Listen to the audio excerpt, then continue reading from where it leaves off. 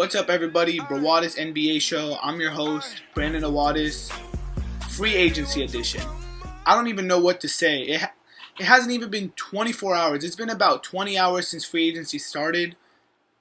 It has been nuts. It's been crazy. 24 players, over $1 billion in contract money. It hasn't even been a day. If you're an NBA fan, this is Christmas and your birthday combined. Nothing could beat this. I haven't put my phone down for the past 24 hours. First off, I want to start off just by explaining the salary cap, because the question I've been getting most, why are players getting these huge contracts? Why is this guy getting this much money? Why is this guy getting overpaid? The salary cap, NBA salary cap, is going up every single year for the next 3 years. I think it's around $62 or $63 million this year. Next year is going to go up to 67. The year after that is going to go up to $89 million, a huge boost, salary cap. The year after that, it goes up to over $100 million. So the contracts the players are getting might seem like a bit pricey for today's NBA, but you got to remember the league salary cap is going up. Players are getting deals that might be bargains in a few years. You never know. Before I get into all the free agent signings, I just want to go into the rumors of players who haven't signed yet. Wes Matthews, I've read, not going back to Portland, deciding between the Toronto Raptors and the Dallas Mavericks. Monte Ellis, I've read, it's pretty much a done deal. He goes to Indiana for 3 years. They had dinner with him tonight. I haven't heard that he's met with any other teams. Looks like a lock he'll go east, which is smart because it's way harder to win in the West. David West, speaking of West, David West, there was a report that he wanted to go to New York. He pretty much came out and shut that down today, saying he has no interest in playing for the Knicks. He pretty much said they're not good enough. He wants to play for a contender. He's 35 years old. That makes sense. Greg Monroe, he's meeting with the Lakers, meeting with the Celtics. I've read, interesting, he had meetings with Portland and the New York Knicks. Those are probably the two front runners. I wouldn't be surprised if Boston jumps in, but I think right now it's between Portland and New York. DeAndre Jordan met with Dallas, I think 2 times before he met with any other team. He's still meeting with the Lakers. He's obviously meeting with the Clippers. I think he goes back to the Clippers. Wouldn't be surprised if he goes to Dallas.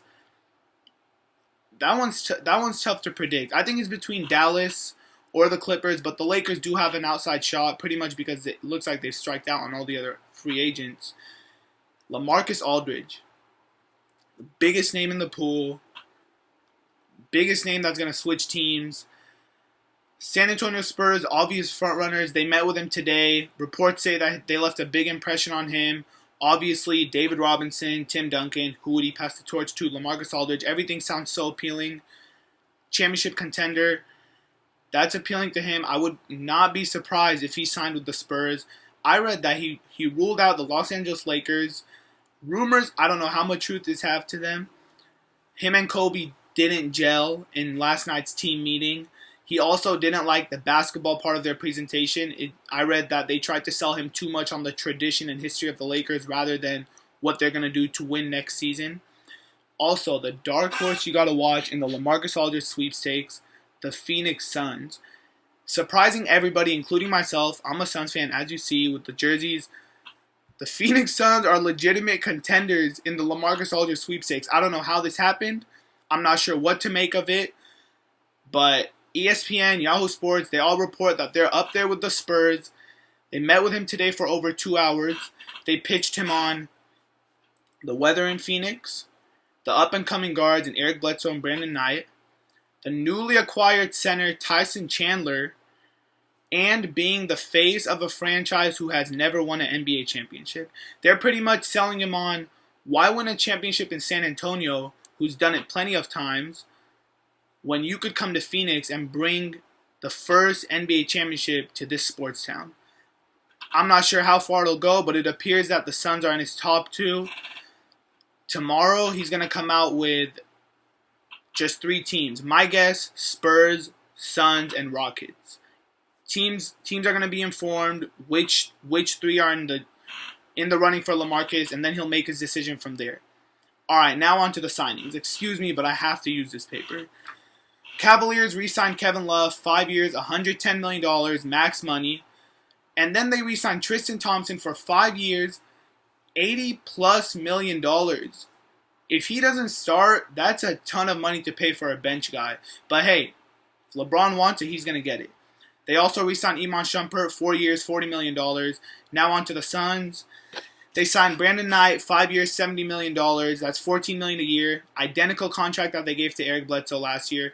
They also signed veteran Tyson Chandler, 4 years, a little bit over $50 million. I like this move for the Suns. Last year, DUIs, missing team buses, technical fouls, disrespecting the head coach. They needed a veteran leader like Tyson Chandler who won an NBA championship. He brings toughness. Most importantly, he brings respect. Biggest contract extensions. Anthony Davis. He deserved every single penny of this contract. 5 years, $145 million a year. I mean, $145 million total over 5 years. That's crazy, but he deserves it. He's hands down. He could end up being one of the best players to ever play this game. In other news, the Blazers, Damian Lillard, 5 years, $130 million. I make this face because I think he's overpaid. 5 years, $130 million. That's $26 million per year for Damian Lillard, who, don't get me wrong, he's a great player, clutch. He could hit plenty of tough shots. But for his defense, passing, his efficiency, I'm not sure how far he's going to take the team without LaMarcus Aldridge and Wes Matthews. That's going to be interesting. It's just a ton of money for a player who I don't think can produce for that money. I don't know. Grizzlies, they signed Brandon Wright, 3 years, $18 million. Solid pickup for them. Al-Farouq Aminu also went to Portland, 4 years, $30 million. The Bulls re-signed Jimmy Butler, 5 years, over $90 million. I think that's fair for him. They also got Mike Dunleavy for 3 years and $15 million. I think that's a steal for him. He probably wanted to stay there. The Spurs re-signed Kawhi Leonard, max money, 5 years. They also brought back Danny Green, which some thought they weren't going to do. They brought him back 4 years, $45 million. And they traded Thiago Splitter in pretty much a salary dump so they could create cap space to bring in LaMarcus Aldridge. Brooklyn Nets, they re-signed Brook Lopez for 3 years, $60 million, which is a hefty price, but when the big man's healthy, he produces. Thad Young, 4 years, $50 million. DeMar Carroll took his talents to Toronto on a 4-year, $60 million contract. $15 million a year for DeMar Carroll. I hope he repeats his playoff success because that's a ton of money. Paul Pierce on his way to LA. I called this last week. I knew he was on his way there. He signed for, you're going to be surprised, 3 years. 3-year contract for Paul Pierce. And I think that's it. If I miss anything, it'll be in the description below. Because I know it was hard to keep up. I'm going to put all the free agent signings so far in the description below. I hope you liked this video. It was really hard to keep up with all of this, but as an NBA fan, I'm sure all of you guys know, this is great for us. This is what we live for. I love this first week of July, free agency. Nothing could beat it. All right, I hope you guys enjoy.